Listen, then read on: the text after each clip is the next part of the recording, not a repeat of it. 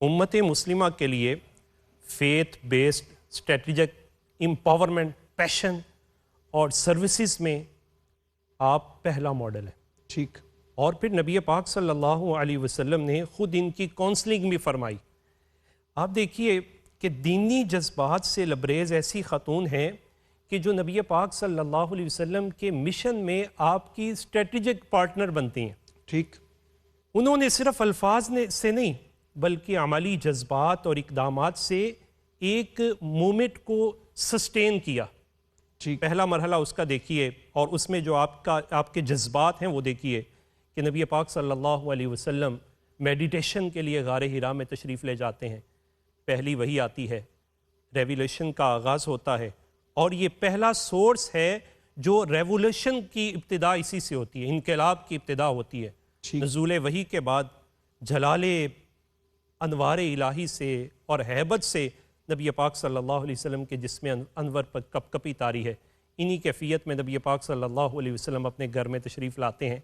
यहाँ ये जो घर होता है ये साइकोलॉजिकल रिसोर्स सेंटर होता है और उसकी पहली मिसाल दीनी जज्बे के साथ सैयदा खतीजा रज़ी अल्लाह ताला अन्हा है। आप आते हैं और आके फरमाते हैं ज़म्मिलूनी ज़म्मिलूनी, फ़ौरन चादर ओढ़ी जाती है और पूछा जाता है, सारा मामला बताया जाता है। नबी पाक सल्लल्लाहु अलैहि वसल्लम जो कमेंट पास करते हैं, फरमाया लक़द ख़शीतु अला नफ़्सी, कि मुझे अपनी जान पर कुछ खौफ है।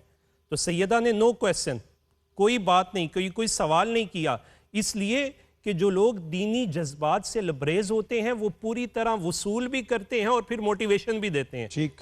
आपने दीनी जज्बात से मामूर होकर वो जुमला कहा कि क़यामत तक आने वाले दीनदारों के जज्बात को वो नई महमीज देगा।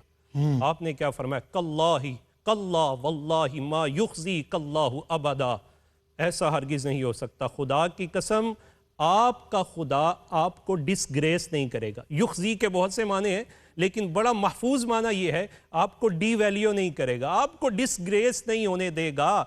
आज मैं इस पहलू पर यह बात ज़रूर हाईलाइट करूँगा, आज दीन के दिफा के लिए यही जज्बा दरकार है। ठीक।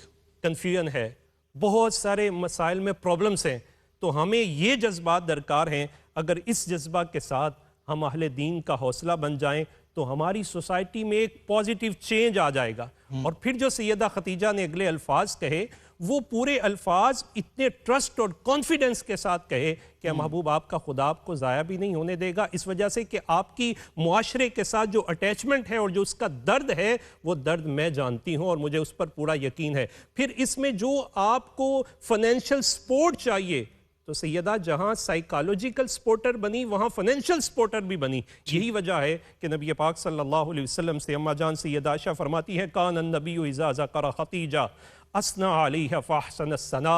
मुस्तफ़ा करीम जब सैयदा खतीजा का तस्करा करते तो नमनाक आंखों से करते थे। और सोशल बाइकाट जब हुआ तो ये जो फाइनेंशियल सपोर्ट सबसे ज़्यादा उस वक्त मुश्किल होती है जब कोई आपका बाइकाट कर दे। तो बाइकाट शेब अबी तालिब का कोई मामूली नहीं, 3 साल का अरसा है और 3 साल में जो फाइनेंशियल सपोर्ट आती है तो वो सैयदा खतीजा रज़ी अल्लाह ताला अन्हा से। ये सर्विसेज हैं और ये जज्बा है जो आज उम्मत में एक दफ़ा दोबारा बेदार करने की ज़रूरत है।